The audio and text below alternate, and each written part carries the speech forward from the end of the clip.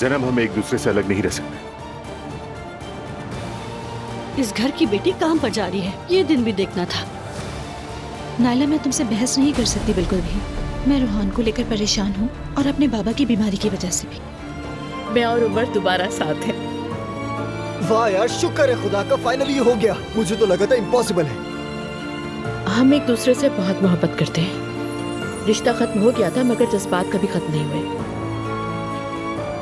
मैंने आपको मना किया था और आपने क्या किया?